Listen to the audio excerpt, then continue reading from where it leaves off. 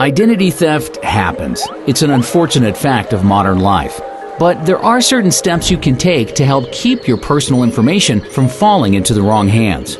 Every day you do things to protect what's most important to you. And you know what? You do them almost automatically. Routine things like looking both ways before you cross, brushing your teeth, and buckling your seatbelt. Another routine to get into is keeping tabs on your identity and personal information. Here are 5 easy ways you can do it. Read your credit card and bank statements carefully and often. Know your payment due dates. If a bill doesn't show up when you expect it, look into it. Read the statements from your health insurance plan. Make sure the claims paid match the care you got. Shred any documents with personal and financial information. Review each of your 3 credit reports at least once a year. It's easy and it's free.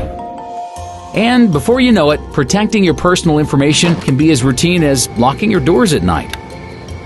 For more tips and tools on dealing with identity theft, visit ftc.gov/ID theft. That's ftc.gov/ID theft.